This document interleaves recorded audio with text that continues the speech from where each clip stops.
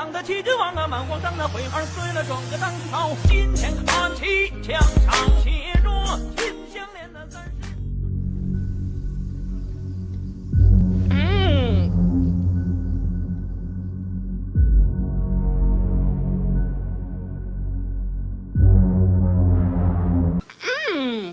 Hi everyone! The last 3 months I was preparing for this moment. Fallborn uniques, especially the Core of the Storm, have gone core, and with it an absurd build-enabling synergy. Today I want to present to you guys the result. My new Giga Endgame Blade Blast of Thratos Blade Blast Mana Stacker, which brings juicy 30 billion DPS, 80k ES and over 1085k mana to the table. This is not the typical TFT build, it's an all-rounder. The gear is overall cheaper, easier scalable, and combines everything within itself that is necessary to have the smoothest gameplay in all content types. No restrictions. We will have a look at the comparison between this build and the TFT ones later. But for now, let's focus on the basics first. The build mechanics revolve around the key interaction between Bladefall of Thratos and the mana pool. Bladefall states, a volley of blades falls every 0.7 seconds, 2% increased volley frequency per 100 maximum mana. By scaling absurd amount of mana, the volley frequency becomes nuts, and with it the DPS output of Blade Blast, which detonates the falling blades for a huge amount of area damage. Further, the build benefits from the massive mana pool by scaling Energy Shield in correlation with its mana pool. To stack the mana pool to reach these absurd numbers as mentioned before, the build utilizes legacy items. The legacy role Fallborn, Core of the Storm, and the bugged chest, which was created due to an oversight from GGG and found its lovers and haters among the community in the last years. The chest grants modest 25k to fire resistance. The core grants mana is increased by 50% of overcapped lightning resistance. To make it happen, Tassalio cleansing water from Chieftain is added, which adds 50% of fire resistance to cold and lightning resistance, resulting in 12.5k lightning resistance. 12.5k divided by 50% results in 6,250% increased mana. To achieve the best possible result, it's always important to combine increased stats with flat added stats. The best way for flat added mana are magic jewels, which scale with the Adorned. Abyssal jewels grant 40 flat mana, so the build runs 13 of those. Further attribute and gear slots add further bonuses. So the mana base is set. How does this translate into more ES and DPS? The build utilizes one kind of modifier on multiple occasions. Gain X% of maximum mana as extra maximum energy shield. Found on the helmet, Watcher's Eye, that which was taken, and also on cluster notables. As for DPS, the build scales in multiple ways. First there is Bladefall of Thratos. As a reminder, a volley of blades falls every 0.7 seconds, 2% increased volley frequency per 100 maximum mana. With a mana pool of around 180k, it results in a volley frequency of around 53 per second, each firing 5 blades for a total amount of 264 blades per second. Each blade remains on the ground and can be chain detonated with Blade Blast. The limiting factor is the limit of 40 blades present at one moment on the ground, which is in this case reached within 0.15 seconds. Further blades beyond the 40 blades limit are removed. Blade Blast is limited by server ticks, so each instance or cast can detonate a maximum of 30 blades per second. Each instant or cast works independently though. So by scaling cast speed, My name is Jeff. the total amount of blades detonated per second and therefore the blade efficiency can be maximized. The golden breakpoint for this is 100% increased cast speed per 8000 mana, which is of course off the charts. But it makes clear that cast speed is a major scaling factor. For flat added damage, 2 gems are added, Archmage support and Arcane Cloak, which both add flat lightning damage equal to X% of unreserved maximum mana, which is huge, since the build, depending on Watcher's Eye mods, only needs 1 or 2 active auras, being Clarity and Precision, which in essence reserves no mana at all. And last but not least, the build scales effective DPS through increased area of effect of Bladefall and Blade Blast. So, what else is important? First major point that needs to be addressed is the mana cost of Bladefall, which sucks harder on your mana pool than a vacuum cleaner on your PP.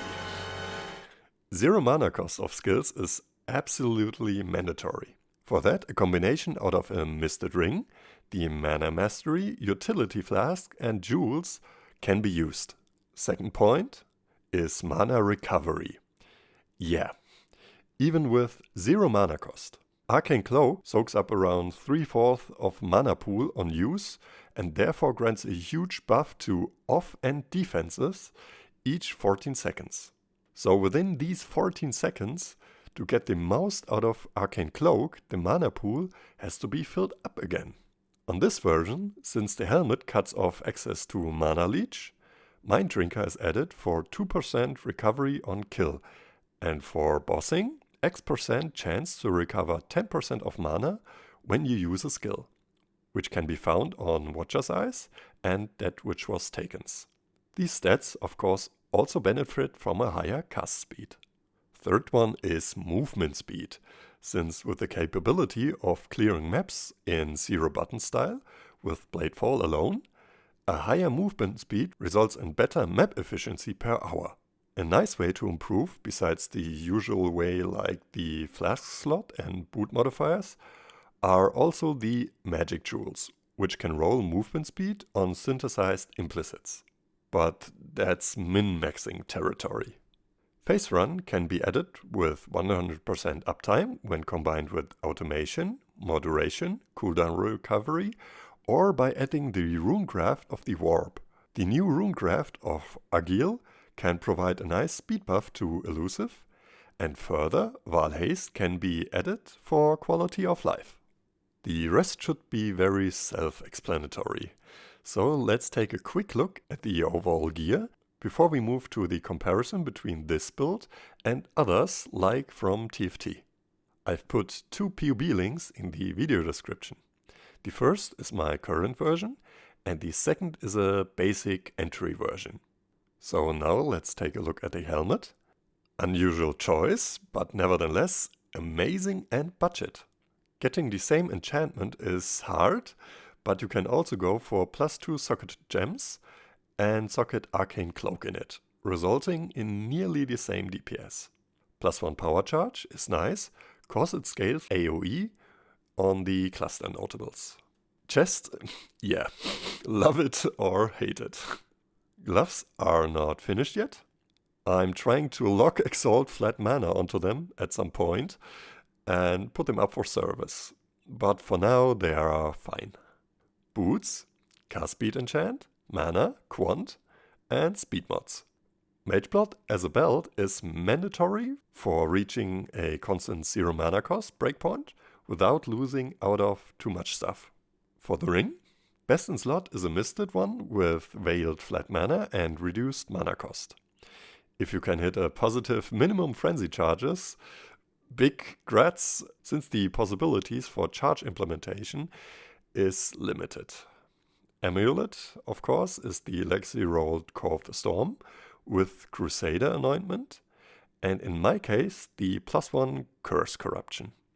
The weapon is up for service in my mirror shop and combines beautifully with the Scryer for a nice channeling setup. As for the Squire, I've got one with power charge on kill mod on the Crucible tree, but you can also go for a power charge on crit support setup. The 2 first flask slots can be chosen freely. For the unique flask, you can go for Dying Sun for more DPS and AoE, Wine of the Prophet for quality of life, Divination Distill for MFing, Vessel of Inkta for flat DPS and instant leech. If you got a corruption like Life Leech mod on your helmet or something else, Orioth N for some big badaboom, or Rumi's Connection for some improved tankiness. The first magic flask slot can be used to add a constant onslaught, which is quite nice for cast speed implicits on magic abyssal jewels, but you can choose freely. I've got one with reduced reflect damage explicit, and one with life regeneration, which gets converted to yes regeneration through Zealot's Oath. On the tree, it's overall breaching 2 jewel sockets, taking 130 int node to add Arcane Surge on hit through the tattoo, and all plus 30 dex nodes to add the Journey Tattoo of the Mind for a huge flat mana boost. By adding tattoos of the Rangai Kurai Guard to the tree, the duration of Arcane Cloak is enhanced, and by adding the loyal tattoo of Kahu to whatever, we get to summon a spirit, which grants 10% armor to non-physical damage, with 20% increased buff effect for each Rangai Kurai tattoo, which we run 19 of. This is triggered when we tank a critical strike of a unique enemy. So bosses, what you gonna do? Endurance charge nodes for tankiness and AoE through unyielding, and that's it overall. So now let's cautiously compare this build to other mana stackers out there. The concept is pretty new as for today, since core has just gone core. What a wordplay, right? But in comparison with other builds, things can be already noticed.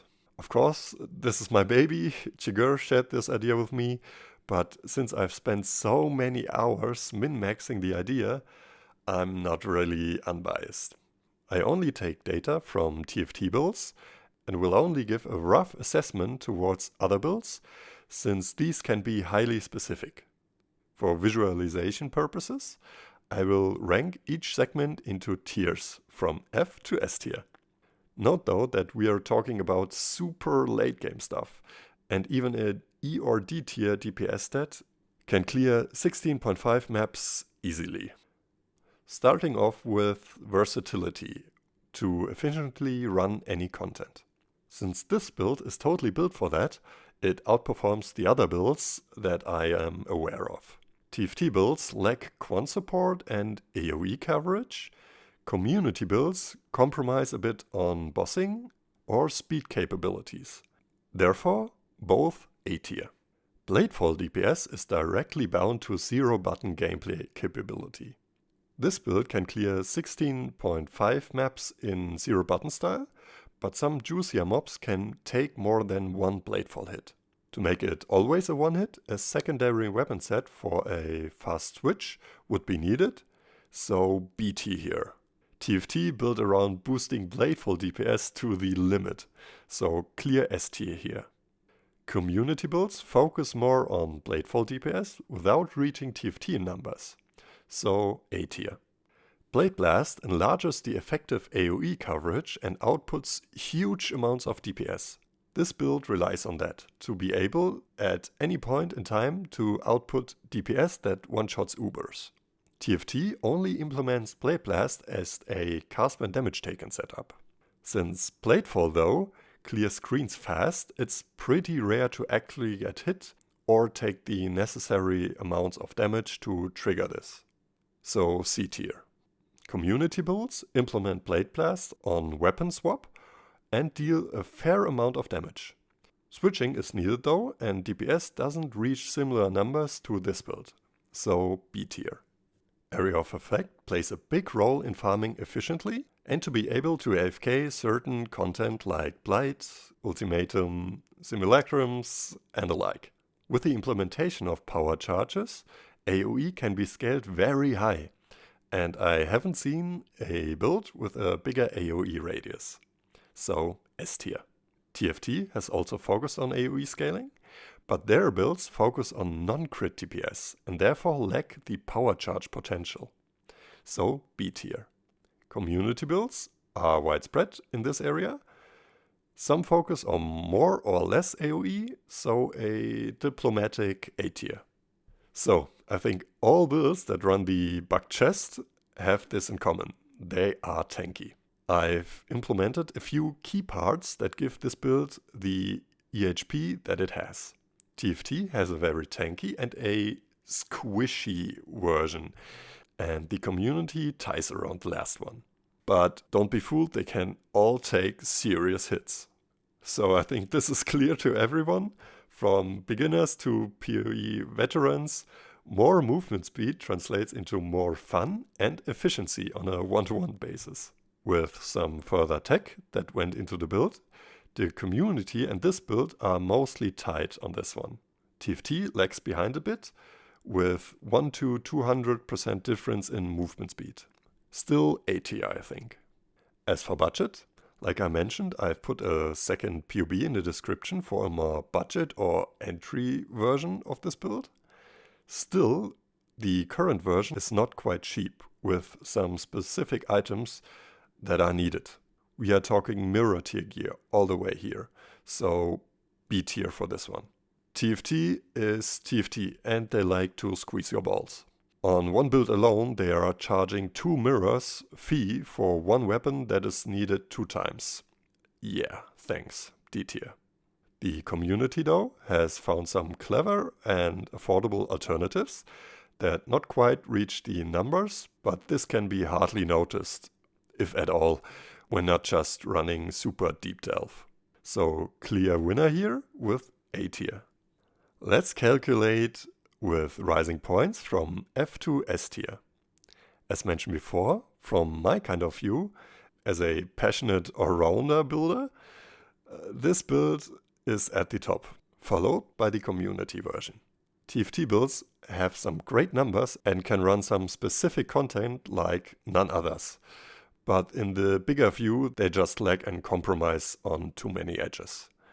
So they take the last spot.